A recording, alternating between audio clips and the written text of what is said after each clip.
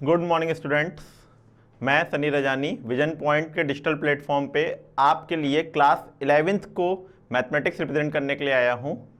जैसा कि हम जानते हैं लॉकडाउन की वजह से बच्चों को काफ़ी दिक्कत हो रही है, खास करके 11th वाले बच्चों को। उनका सेशन अभी शुरू नहीं हुआ है, एडमिशन अभी शुरू नहीं हुए हैं, जिसकी वजह से ना तो उनको ये समझ में आ रहा है कि कैसे पढ़ाई करें और क्या पढ़ाई करें। इन सारी चीज़ों का सोल्यूशन निकालते हुए सत्यानंद सर ने ये प्लेटफॉर्म आपके लिए बनाया है, जिसमें आपको पूरा का पूरा मैटर, चाहे वो किसी भी सब्जेक्ट का हो, वो फ्री ऑफ कॉस्ट अवेलेबल रहेगा। आप पर डे के बेसिस पे अपने सारे चैप्टर्स को यहाँ से कंटिन्यू कर सकते हैं। रेगुलर आपको जो भी पढ़ाया जाएगा उसका असाइनमेंट और उससे रिलेटेड जो भी डीबीपी टेस्ट जितनी भी चीज़ें हैं वो आपको विजन पॉइंट की वेबसाइट पे अवेलेबल हो जाएंगी, जिसकी इन्फॉर्मेशन आखिरी में हम आपको प्रोवाइड कर देंगे कि कैसे आपको कांटेक्ट करना है। आप अपनी पढ़ाई को कोविड की वजह से रोकेंगे नहीं, जो भी हमारी तरफ से हेल्प होगी वो हम आपको प्रोवाइड करेंगे। तो आज क्लास 11th के लिए हम पहला लेक्चर स्टार्ट करते हैं, सेट।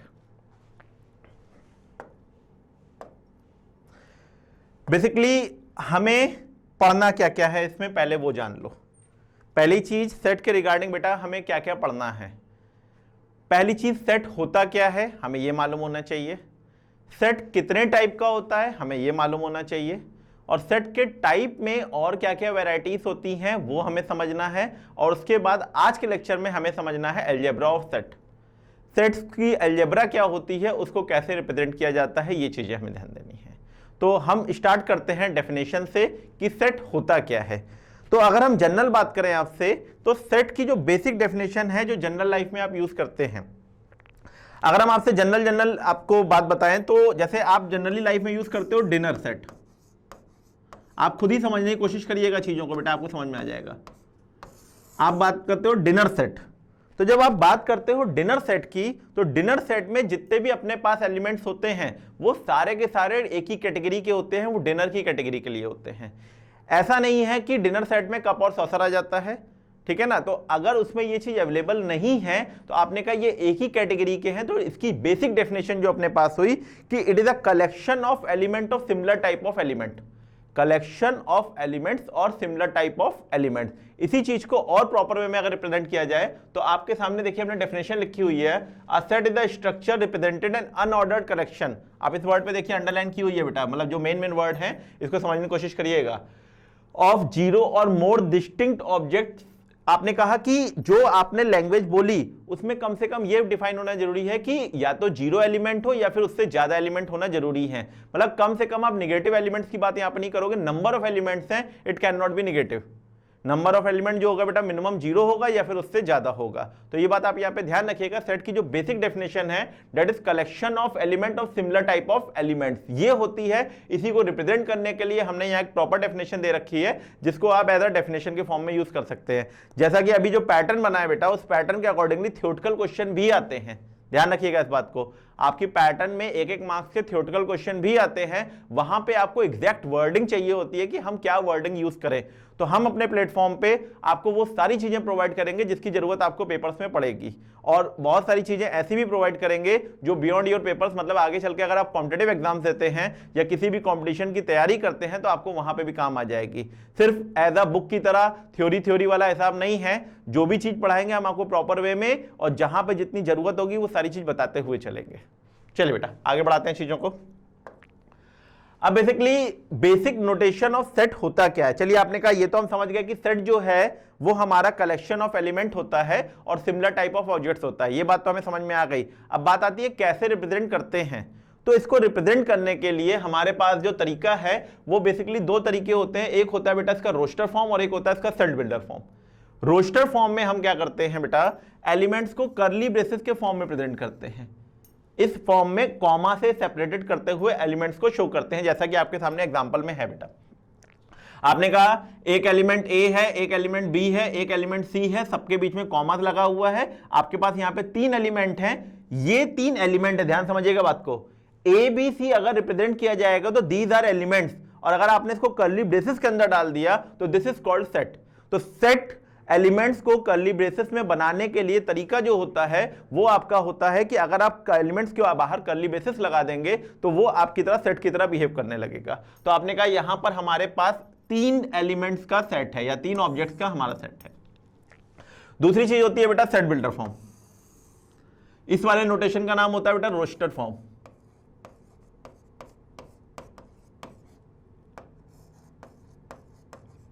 इसका नाम है बेटा रोस्टर फॉर्म। रोस्टर फॉर्म में कर्ली ब्रेसेस के अंदर कॉमा से सेपरेट करके लिखा जाता है। दूसरी चीज बेटा सेट बिल्डर नोटेशन। तो आपने कहा सेट बिल्डर नोटेशन क्या होता है, तो आपने कहा सेट बिल्डर नोटेशन में हम लोग क्या करते हैं कि एलिमेंट को एक वर्डिंग के फॉर्म में लिखा जाता है। जैसे ये आपने नीचे देखिए एग्जांपल हमने आपको दिया हुआ है वर्डिंग में। इसको बोलने का तरीका है x is such that, this is called such that. x is such that x is an integer where x greater than 0 and x less than 5। अब आप खुद सोचिए x अगर इंटीजर है जो कि 0 से बड़ा है और 5 से छोटा है, तो आपने कहा कि अगर हम इसको जनरल फॉर्म में रिप्रेजेंट करना चाहें तो ये हो जाएगा। अब दोनों में डिफरेंस समझने की कोशिश करिएगा। आपने कहा 1 2 3 4 ये चारों इंटीजर हैं जो कि 0 से बड़े हैं और 5 से छोटे हैं। हमने इस फॉर्म में प्रेजेंट किया तो this is called roster form. उसी चीज को इस फॉर्म में प्रेजेंट किया तो हमने कहा this is called set builder form. तो जब आप वर्डिंग के फॉर्म में लिखेंगे चीजों को तो this is called set builder form, और अगर आप इसको एलिमेंट्स के फॉर्म में लिखेंगे तो this is called roster form. तो आपने कहा रोस्टर फॉर्म जब हमको पता है तो सेट बिल्डर फॉर्म की जरूरत क्या है हमको चीजों में डिफाइन करने की। तो हमने कहा सपोज करिए इसी क्वेश्चन में अगर आपको 1 से लेकर 500 के बीच के एलिमेंट लिखने थे या 0 से बड़े और 500 से छोटे लिखने थे, तो हमको सेट बिल्डर फॉर्म में सिर्फ एक चेंज करना है, यहाँ पे 2 0 लगा देने हैं, मेरा काम खत्म। अगर हम यहाँ पे 2 0 लगा देते हैं तो हमारा काम और हो जाएगा, हमारा काम पर्पस सॉल्व हो गया। 0 से 500 के बीच जितने हैं वो सारे के सारे आ गए। मगर आप सोच के देखिए जब आप रोस्टर फॉर्म में इस बात को बोलेंगे तो रोस्टर फॉर्म में उस बात को बोलने के लिए कितने सारे एलिमेंट आपको प्रेजेंट करने पड़ेंगे। तो दोनों का डिफरेंस आपको क्लियर होना चाहिए कि अगर रोस्टर फॉर्म में कोई चीज दे रखी है, सेट बिल्डर फॉर्म में कोई चीज दे रखी है, दोनों के डिफरेंस क्या है। क्वेश्चन इस टाइप के भी आते हैं कि क्वेश्चन रोस्टर फॉर्म में दे रखा होता है, उसको सेट बिल्डर फॉर्म में कन्वर्ट करना होता है, सेट बिल्डर फॉर्म में दे रखा होता है, रोस्टर फॉर्म में कन्वर्ट करना होता है। तो वो जैसे जैसे एक्सरसाइज आपके सामने आएगी वैसे वैसे मैं आपको समझाते भी चलेंगे। पहले आप बेसिकली थ्योरी पार्ट क्लियर कर लीजिए कैसे उसका यूज करना है, और उसके बाद उसका एप्लीकेशन क्या है वो आपको क्वेश्चन में समझा देंगे। देखिए बेटा अब यहां पर एक बड़ी चीज आपके सामने है कि जो सेट प्रेजेंट किया जाता है वो अनऑर्डर्ड होता है। आपने कहा अनऑर्डर्ड का मतलब, हमने कहा जैसे ए बी सी लिखा है आपका एक कॉमा से सेपरेट करके कर्ली ब्रेसेस के अंदर, दिस इज द सेट। अब ये ए बी सी हो, चाहे बी ए सी हो, चाहे सी ए बी हो, चाहे सी बी ए हो, कुछ भी हो, ये सारे के सारे एक ही हैं, इसमें कोई डिफरेंस नहीं है। सेट्स में बेसिकली आपका कोई डिफरेंस नहीं आता है, ऑर्डर को चेंज करने पर सेट वही का वही रहता है। अभी जब हम रिलेशन पढ़ेंगे तो रिलेशन में सबसे पहली चीज आएगी ऑर्डर्ड पेयर। वहां पे अगर आपने ऑर्डर को चेंज किया तो वो एलिमेंट आपका चेंज हो जाता है, मगर सेट में ऐसा कोई प्रॉब्लम नहीं है। सेट जो होता है बेटा वो अनऑर्डर्ड फॉर्म में भी प्रेजेंट किया जा सकता है, आगे पीछे कर देने से सेट की डेफिनेशन में कोई चेंज या सेट के एलिमेंट्स में कोई चेंज नहीं हो जाता है। दूसरी चीज बेटा आपने कहा कि सेट में एक एलिमेंट को सिर्फ और सिर्फ एक बार लिखा जाता है। सपोज करिए अपने सेट में 4 एलिमेंट आ रहे हैं ए, मगर अगर आप सेट की डेफिनेशन बनाओगे तो उस 4 एलिमेंट को आपको लिखना एक ही बार है। फॉर एग्जांपल आपके सामने है बेटा ए बी सी लिखा हुआ है, एक सेट ये है, दूसरे सेट में ए बी सी सी सी सी इस तरह से लिखा हुआ है। अगर हम डिस्टिंक्ट एलिमेंट की बात करें तो वो हमारे पास एक ए है, एक बी है और एक सी है। तो जब सेट का रिप्रेजेंटेशन होता है तो इस चीज का सिग्निफिकेंस नहीं होता है, उसमें सिर्फ एक एलिमेंट सिर्फ और एक ही बार लिखा जाता है। अगर सिर्फ और सिर्फ एक ही बार लिखेंगे तो हमारा जो बनेगा बेटा वो आपका ये बन जाएगा। तो इस सेट में एटमोस्ट 3 एलिमेंट्स प्रेजेंट है। तो ये चीज ध्यान रखिएगा कि सेट में कभी भी एलिमेंट्स को रिपीट मत करिएगा। अगर सेट में एलिमेंट रिपीट हुए तो वो आपका इनकरेक्ट हो जाएगा। प्रेजेंटेशन में सेट का सिर्फ और सिर्फ एक ही एलिमेंट प्रेजेंट होना चाहिए। अगले वाले में बेटा आप इस चीज को डिफाइन करते हैं डेफिनेशन ऑफ सेट इक्वालिटी। अगर इक्वालिटी ऑफ 2 सेट्स की बात करें तो आपने कहा 2 अलग अलग वर्ड हैं बेटा, एक है इक्वल सेट और है एक इक्विवेलेंट सेट। बात समझिएगा अच्छे से बेटा, एक है हमारे पास इक्वल सेट और दूसरा है इक्विवेलेंट सेट।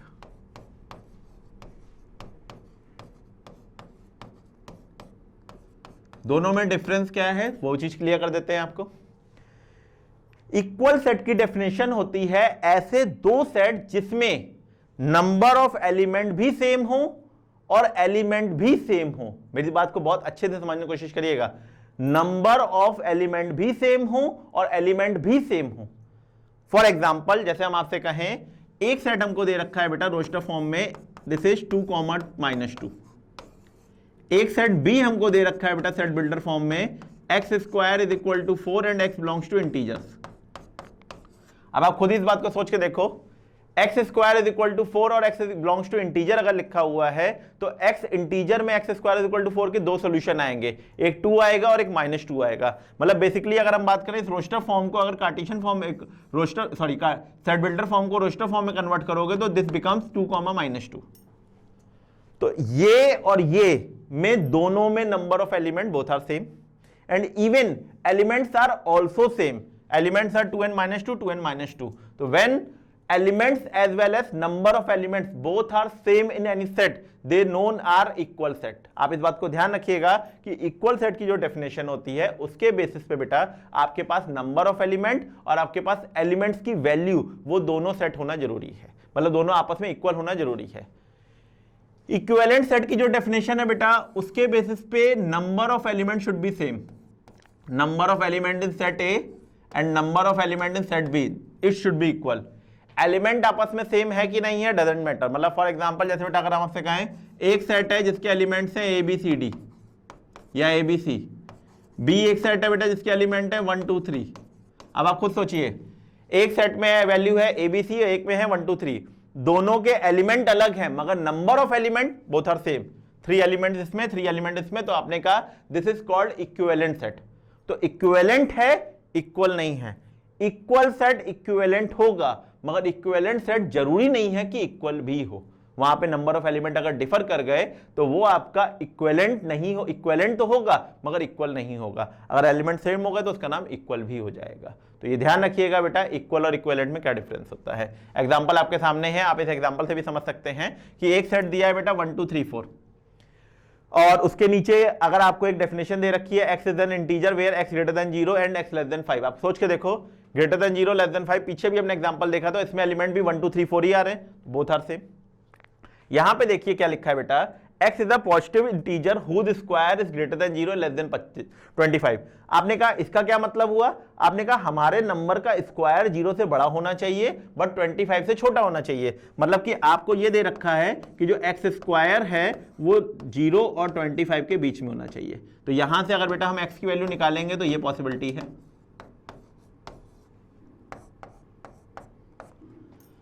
तो ये तीनों एक ही बात है, तीनों एक ही सेट हैं, इसलिए इस सेट को बोलते हैं इक्वल सेट। तो इक्वल सेट की डेफिनेशन और इक्विवेलेंट सेट की definition it should B clear. दूसरा है बेटा इनफाइनाइट सेट, जैसा कि नाम वैसा ही काम। इनफाइनाइट मतलब नंबर ऑफ एलिमेंट जिस सेट में इनफाइनाइट हो जाएंगे उसे हम इनफाइनाइट सेट बोलते हैं। फॉर एग्जाम्पल अगर हमसे कहा जाए, बचपन से एक कहावत हमको सिखाई गई है, आसमान में जितने तारे उतने सर में बाल हमारे।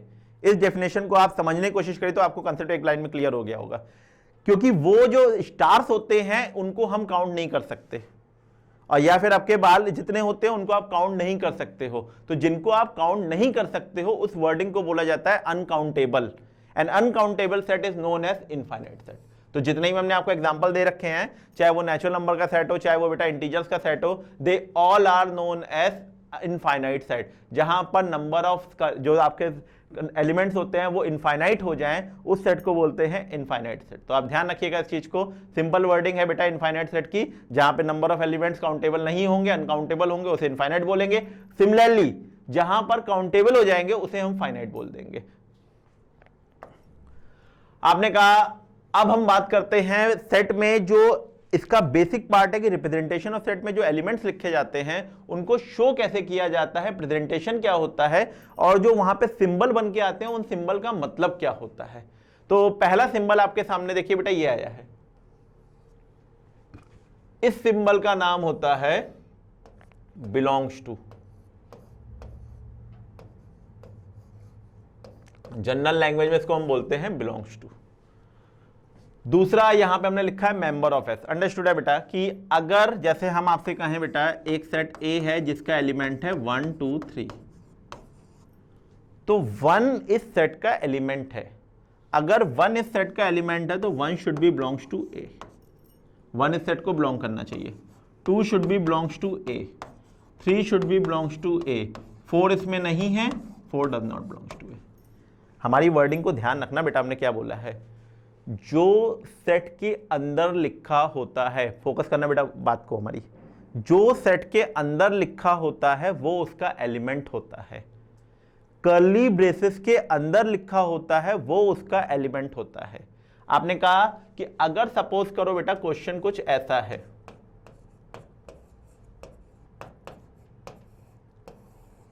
ये एक सेट ए है बेटा और ऐसा आपको दिया हुआ है, आपने कहा कि अगर ये सेट हमको दिया हुआ है तो हमको इसको प्रेजेंट करना है, तो यहां पर 1 इस सेट का एलिमेंट है, 1 इस सेट का एलिमेंट है डेफिनेटली, क्योंकि 1 इसको बिलोंग करेगा, और 2 भी है, मगर बेटा 3 इस सेट का एलिमेंट नहीं है।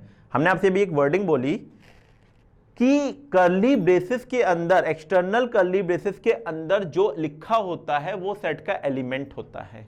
तो यहां पर 3 और 4 एक कर्ली ब्रेसेस में है, जो एक बड़े कर्ली ब्रेसेस के अंदर हैं, तो ये जो चीज है, ये चीज इस सेट ए के लिए एलिमेंट का काम करेगी।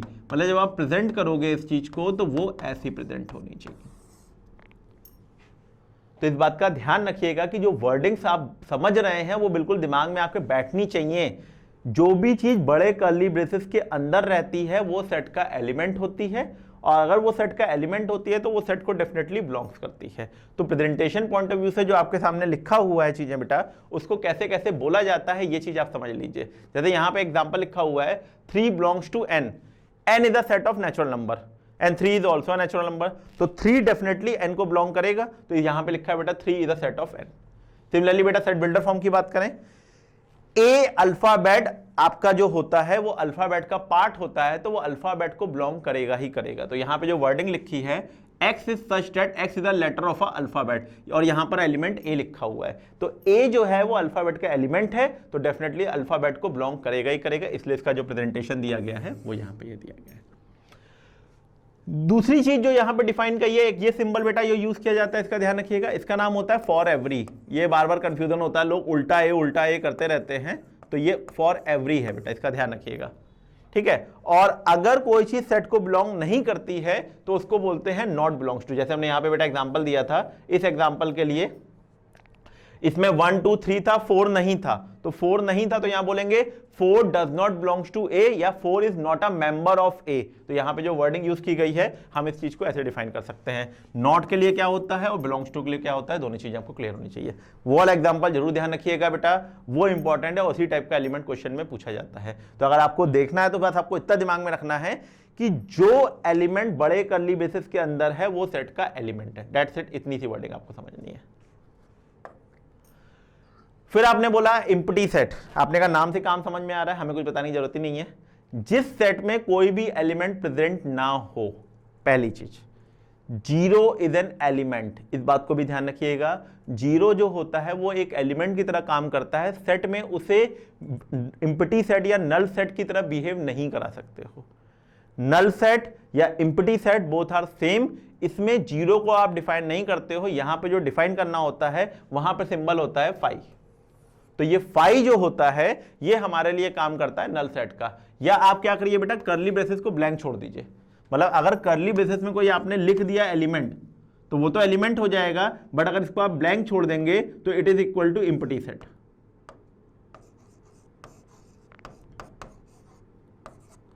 आपने कहा ये भी एम्प्टी सेट का सिंबल है और ये भी एम्प्टी सेट का सिंबल है, तो चाहे आप इसका यूज कर लीजिए चाहे आप इसका यूज कर लीजिए, डिपेंड करता है आपसे किस फॉर्म में दे रखा है और अगर ऑब्जेक्टिव क्वेश्चन है तो कैसे आप इस चीज को शो करते हैं। तो एम्प्टी सेट के लिए सिंबल जो यूज करते हैं फाई, और हमारी टर्मोलॉजी में हम बोलते हैं फाई जो होता है सबका भाई, ठीक है। मीन्स कहने का ये है कि जब कोई नहीं होगा तब फाई आएगा, मेरी इस बात को ध्यान रखना, हर जगह फाई नहीं आता है, जब कोई नहीं होता है तब आपका फाई वहां पर आ जाता है। तो आगे चल के जब हम लोग अलजेब्रा ऑफ सेट्स पढ़ेंगे तो उस अलजेब्रा ऑफ सेट में इस फाई का हमको यूज करना होगा, और वहां पे हम आपको बताएंगे कि जब वहां पे डिसजॉइंट सेट हो जाता है तो फाई उसमें आपका अपीयर हो जाता है कि फाई वहां पर प्रेजेंट किया जाता है। तो मेरी इस बात को ध्यान रखिएगा, जब जब हम बोलेंगे फाई सबका भाई तो आप समझ जाइएगा कि हम किस चीज को डिफाइन कर रहे हैं।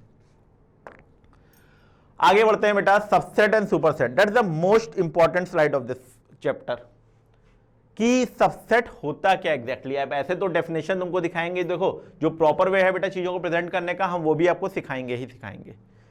उसके अलावा आपको ये भी समझना है कि चीजों को हम अपने वर्ड्स में कैसे डिफाइन करें और समझें कैसे। एक्चुअली बेटा देखो, जब स्कूल में प्रेजेंटेशन की बात आती है या कहीं पे प्रेजेंटेशन वाली बात होगी तो तुम्हें ये सिंबल्स यूज करने पड़ेंगे, बट अगर आपको अपने वर्ड्स में समझना है तो हमारे दिमाग में चीजें बैठनी चाहिए कि एग्जैक्टली आप हमको समझाना क्या चाह रहे हो और क्या बताना चाह रहे हो। तो नाम से ही क्लियर है, सब सेट। सेट तो सेट होता है, सब का मतलब होता है छोटा। ये इंग्लिश वाला सब है, हिंदी वाला सब नहीं कि सब ले लिया। तो सब का मतलब होता है छोटा, सेट का मतलब होता है सेट। फॉर एग्जाम्पल जैसे अगर हम आपसे कहें एक सेट है बेटा 1, 2, इसके सबसेट क्या क्या होंगे, इसके सबसेट क्या क्या होंगे, मतलब इससे छोटे सेट कौन कौन हो सकते हैं। तो आपने कहा एक तो आएगा सबका भाई 5, ये तो सबका सबसेट होता है।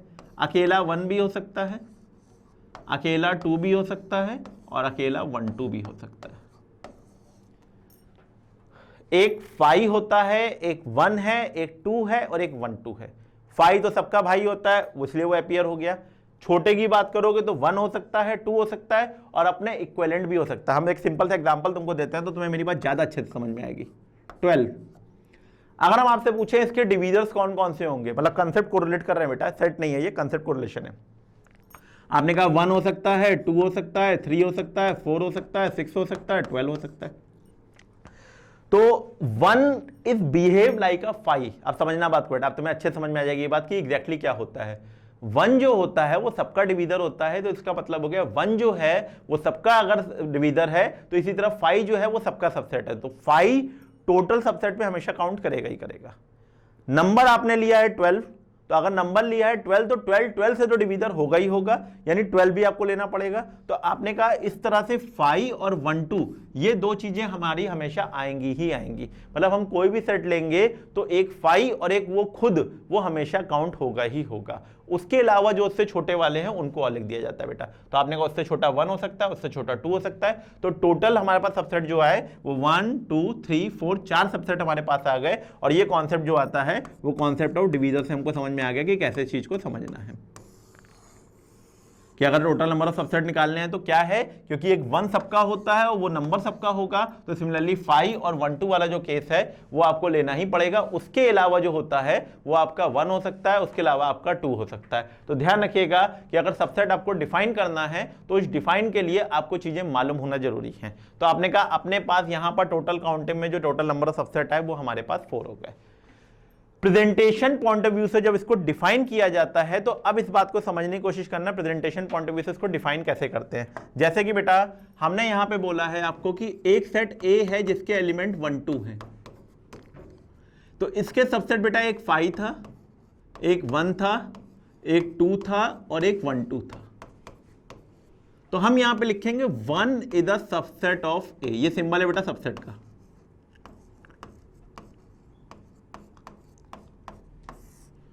1 इज अ सबसेट ऑफ ए। 1 ए का सबसेट है। आपने कहा 2 भी ए का सबसेट है,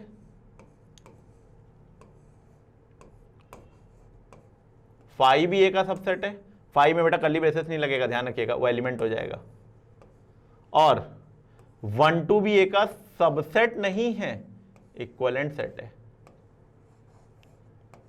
एक्चुअली में बेटा सेट ए 1, 2 है, यहां पर 1, 2 तुमने ले लिया तो ये इसके इक्वल आ जाएगा। तो ये ध्यान रखिएगा, ये सबसेट क्या ये इक्वलेंट सेट में काउंट हो जाता है कि ये इसके इक्वल भी है। जैसे बेटा अपने का एग्जांपल है जैसे x less than 5, x less than equal to 5। तो इस वाले केस में 5 भी आंसर हो सकता है, मगर इस वाले केस में 5 आंसर नहीं हो सकता है। तो इस बात को ध्यान रखिएगा, ये सेम चीज है, जहां पर इक्वल नहीं हो सकता है वहां पर ये सिंबल होगा और जहां पर इक्वल हो सकता है वहां पे आपको ये लेना है। और जब आप ये लोगे तो आप इस वर्डिंग का यूज नहीं करोगे।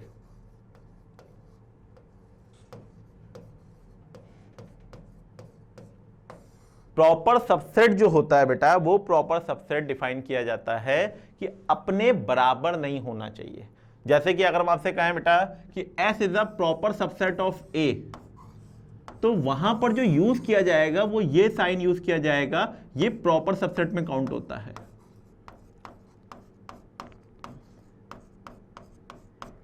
मतलब कहने का है जो प्रॉपर सेट अगर सेट के एलिमेंट है बेटा अपने पास, तो जो सबसेट आएगा वो 5 आएगा, 1 आएगा, 2 आएगा और 1 2 आएगा। ये बेटा सबसेट है। अगर प्रॉपर सबसेट की बात करें,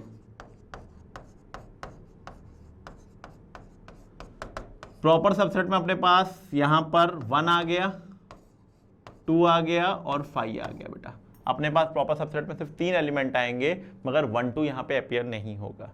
तो इस बात को ध्यान रखिए कि जो प्रॉपर सबसेट की डेफिनेशन है बेटा, उस डेफिनेशन के अकॉर्डिंगली हमारे पास जो एलिमेंट आते हैं उसमें जो अपने इक्वल एलिमेंट होता है उसको नहीं लिया जाता है। अगर वो एलिमेंट आप ले लेंगे तो वो सबसेट में काउंट हो जाएगा, प्रॉपर सबसेट में काउंट नहीं होगा। तो इस तरीके से सबसेट की जो बेसिक डेफिनेशन है, बेसिक अभी हमने सिर्फ बताइए बेटा, पूरा सबसेट अभी खत्म नहीं हुआ है, वो जस्ट प्रेजेंटेशन वाली बात है कि दोनों सिंबल का मीनिंग क्या होता है, सबसेट क्या होता है और सबसेट में इक्विवेलेंट अगर आ जाता है तो उसको रिप्रेजेंट कैसे किया जाता है, कब लिया जाता है कब नहीं लिया जाता है, दोनों बातें आपको हमने क्लियर की है।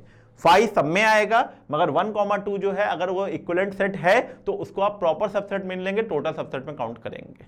तो इस बात को ध्यान रखिएगा कि कैसे इस चीज का यूज करना है आपको। तो सबसेट की डेफिनेशन में आपको सबसेट निकालना आना चाहिए, सबसेट डिफाइन करना आना चाहिए, प्रॉपर सबसेट मालूम होना चाहिए, प्रॉपर सबसेट में कौन हट जाता है आपको ये मालूम होना चाहिए। क्लियर? तो पहले इतना समझ लीजिए, फिर उसके बाद आगे बढ़ाते हैं। जैसे बेटा यहां पर मतलब ये है कि इसका सबसेट जो हमने लिया S is a subset of A, यानी this is called proper subset. यहां पे जो डिफाइन किया गया है इसको प्रॉपर सबसेट के फॉर्म में डिफाइन किया गया है। अब अगर हम एक एग्जांपल ले लेते हैं बेटा, एक सेट 1, 2, जैसे आपने यहां पे लिया हुआ है बेटा 1, 2, तो इसके सबसेट अगर डिफाइन करेंगे तो वो 5 होगा, 1 होगा, 2 होगा, 1 2 होगा। तो यहां पर अगर प्रॉपर सबसेट को डिफाइन करोगे तो बेटा प्रॉपर सबसेट में आपका 5 आ जाएगा, 1 आ जाएगा, 2 आ जाएगा, ये प्रॉपर सबसेट हो जाएगा। और अगर इक्विवेलेंट लोगे तो ये भी आ जाएगा। तो बेटा ये इसके प्रॉपर सबसेट है।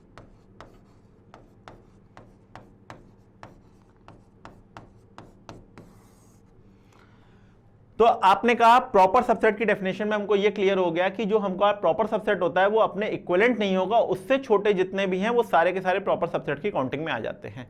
अब यहां पे बेटा एक बात और सीखने वाली है कि अगर हम आपसे पूछें कि टोटल नंबर ऑफ सबसेट कितने होंगे, तो अगर आपने यहां पे एलिमेंट लिया है 1, 2, तो यहां पर अगर आप काउंट करिए तो 5, 1, 2, 1 2, तो 5, 1, 2, 1 2 4 हमारे पास टोटल सबसेट आ रहे हैं।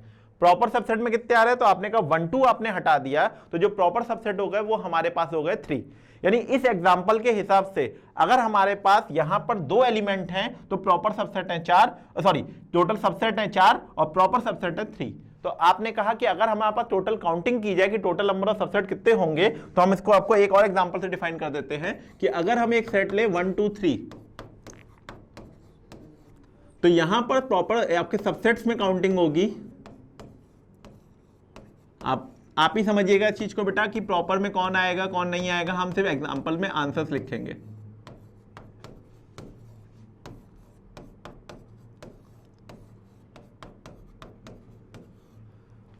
आपने कहा यहां पर बेटा अगर हमने सेट ए लिया हुआ है तो हमारे पास प्रॉपर सबसेट और प्रॉपर सबसेट दोनों चीज डिफाइन करने जा रहे हैं। तो हमारे पास जो एलिमेंट्स आ रहे हैं वो 5 आ रहा है, 1 आ रहा है, 2 आ रहा है, 3 आ रहा है, 1 2 आ रहा है, 2 3 आ रहा है, 1 3 आ रहा है, 1 2 3 आ रहा है। तो यहां पर जो एलिमेंट हमारे सामने आ रहे हैं उसमें टोटल नंबर ऑफ एलिमेंट 8 हैं। अगर हम आपसे बात करें कि इसमें प्रॉपर की बात आप पूछेंगे तो कितने होंगे, तो आपने कहा प्रॉपर में 5, 1 2 3, 1 2, 2 3, 1 3 एंड सो ऑन। तो आपने कहा this is called proper subset, ये टोटल सबसेट। तो टोटल सबसेट और प्रॉपर सबसेट दोनों में आपको क्लियर हो गया कि कौन सी चीज ली जाती है कौन सी चीज नहीं ली जाती है। अब पिछले वाले एग्जाम्पल और इस वाले एग्जाम्पल दोनों को अगर देखा जाए, अगर हम आपसे कहें कि यहां पर जो सेट था बेटा वो 1, 2 अगर हमने लिया था तो हमारे पास टोटल सबसेट जो निकल के आए थे वो 4 एलिमेंट निकल के आए थे। यहां पर बेटा हमारे पास अगर हमने 3 एलिमेंट लिए तो हमारे पास जो प्रॉपर नंबर सबसेट निकले वो हमारे निकले total number of proper subset, total number of set 8 subset 8, total number of proper subset that is 7. तो यहां पर जो डिफाइन कर रहे हैं हम,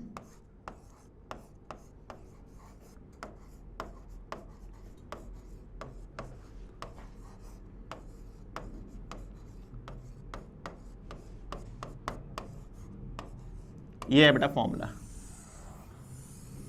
टोटल नंबर ऑफ सबसेट 2 की पावर n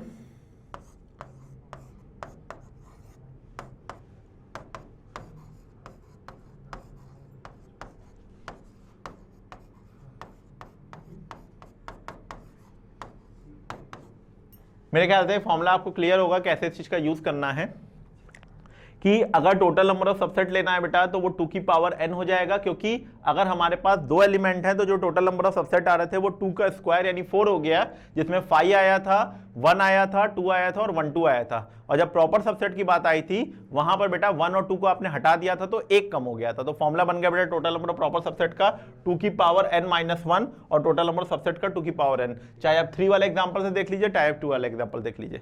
अब जैसे नॉर्मली बुकिश में क्या होता है बेटा कि आपको जो क्वेश्चन दिया जाता है उसमें आपसे पूछा जाता है कि अगर 5 एलिमेंट हैं तो बताइए टोटल नंबर ऑफ सेट या टोटल नंबर ऑफ सबसेट या total number of proper subset कितने कितने होंगे, इस टाइप से क्वेश्चन पूछा जाता है। तो आप जनरली रेक्टिफिकेशन फॉर्मूला कर देते हैं कि 2 की पावर n हमारा आंसर होता है, फॉर्मूले में रखा, आपने आंसर निकाल दिया। बट प्रॉब्लम यह है कि ये आपने चीज सोची कैसे, ये तो हमने आपको बताया, आपने रखा, आंसर आया, काम खत्म, आपने कहा अरे हो गया। खैर बट अगर समझा जाए इस चीज को कि ये फॉर्मूला आया कहां से, तो दैट्स अ थिंग जो आपको सीखनी है। आपको अगर बाकी बच्चों से डिफरेंस क्रिएट करना है तो आपको ये जानने की कोशिश करनी होगी कि ये चीज आई कहां से। आपने अभी तक फॉर्मूला रट के अपना आंसर तो निकाल दिया, मगर अगर हम इसी क्वेश्चन में घुमा दे बात को कि कितने नंबर ऑफ सबसेट ऐसे होंगे, बात समझने की कोशिश करना बेटा, कितने नंबर ऑफ सबसेट ऐसे होंगे जिसमें हमारे पास 2-2 एलिमेंट होंगे। तो आपने कहा अगर क्वेश्चन छोटा है तब तो ठीक, आप काउंट करके बता देंगे कि 3 नंबर ऑफ एलिमेंट हैं। सपोज करो अगर हमारे पास बेटा 10 एलिमेंट्स हैं, अगर हम प्रॉपर सबसेट बनाएंगे तो आपने कहा 2 की पावर 10-1 या सबसेट बनाएंगे तो 2 की पावर 10 बनेंगे। 2 की पावर 10 का मतलब 1024 केस। आप पता लगा छोटे से क्वेश्चन में हम बैठे रहेगा और अपना केस ही बनाते रहेगा और काउंट करने की कोशिश कर रहे हैं। तो इस तरह से काम नहीं किया जाता है। तो इसके लिए आपको यह जानना पड़ेगा कि हमने जो चीज सीखी है उसके पीछे का लॉजिक क्या है। अब उसके बाद हमसे वो कोई भी क्वेश्चन कह देगा तो हम उस क्वेश्चन को 2 लाइन में डिफाइन करके बता देंगे कि कहां से वो निकल के आया है। तो अब नेक्स्ट लेक्चर पे जो हमको डिफाइन करना है वो ये डिफाइन करना है कि जो फॉर्मूला हमने आपको बताया है वो आया कहां से, और वो कहां जहां से आया है उससे रिलेटेड क्वेश्चंस कैसे बन सकते हैं। तो अगले लेक्चर पे जो हमारा काम है वो ये है कि टोटल नंबर ऑफ सबसेट की जो काउंटिंग होती है वो कैसे बनती है, और उसके बाद उसको डिफाइन करने के बाद अगर हमसे कोई भी क्वेश्चन पूछ ले कि जैसे इसी टाइप का क्वेश्चन दे रखा है कि इसमें 2 वाले कितने सबसेट होंगे, 4 वाले कितने सबसेट होंगे, कैसा भी क्वेश्चन दे दे वो आपके लिए एक लाइन का काम होगा। आज के लेक्चर में बेटा हमने ये सीख लिया कि सेट कितने होते हैं, नंबर ऑफ सबसेट कितने होते हैं, नंबर ऑफ प्रॉपर सबसेट कितने होते हैं। अब जैसा आपने सीखा कि टोटल नंबर ऑफ सबसेट जो होते हैं 2 की पावर n और प्रॉपर सेट 2 की पावर n-1 होते हैं। अब नेक्स्ट लेक्चर में हमको क्या सीखना है कि जो हमने बात बोली है कि टोटल नंबर ऑफ सबसेट आपका 2 की पावर n होते हैं, ये फॉर्मूला आता कहां से है। जैसे हमने आपसे बोला कि आप इस चीज को याद कर लीजिए कि 3 नंबर ऑफ सेट है तो टोटल नंबर ऑफ सबसेट 8 होंगे। बट बेटा अगर इसी क्वेश्चन में कह दिया जाए कि टोटल नंबर ऑफ एलिमेंट 10 है तो टोटल नंबर ऑफ सबसेट 2 की पावर 10 होंगे, उसमें से हमें ढूंढ के बताओ कितने ऐसे सबसेट होंगे जिसमें 2-2 एलिमेंट होंगे। तो अगर इस टाइप का क्वेश्चन आपको दिया जाए तो उसको डील करने के लिए आपको वो फॉर्मुलेशन आना चाहिए कि कहां से ये बना है। तो जो अगला लेक्चर है हमारा बेटा वो यहीं से कंटिन्यू होगा कि टोटल नंबर ऑफ सबसेट की काउंटिंग कैसे की जाती है। उसके लिए हमें कुछ बेसिक चीजें आपको सिखानी होंगी जिसमें फैक्टोरियल है या एनसीआर का कंसेप्ट होता है, तो वहां से शुरू करते हुए हम अपने लेक्चर को आगे बढ़ाएंगे। तो थैंक यू वेरी मच आज के लेक्चर के लिए बेटा। अब नेक्स्ट लेक्चर हम लोग इसके आगे कंटिन्यू करेंगे, और इनकेस अगर आपको कोई भी प्रॉब्लम या कोई भी क्वेरी होती है या आपको कोई भी मटेरियल चाहिए, आपको इससे रिलेटेड जो भी चीज आपने पढ़ी है उनसे रिलेटेड क्वेश्चन चाहिए, तो आप हमारे नंबर या हमारी वेबसाइट पे विजिट कर सकते हैं और आप उस चीज को अचीव कर सकते हैं। थैंक यू वेरी मच आज के लेक्चर के लिए।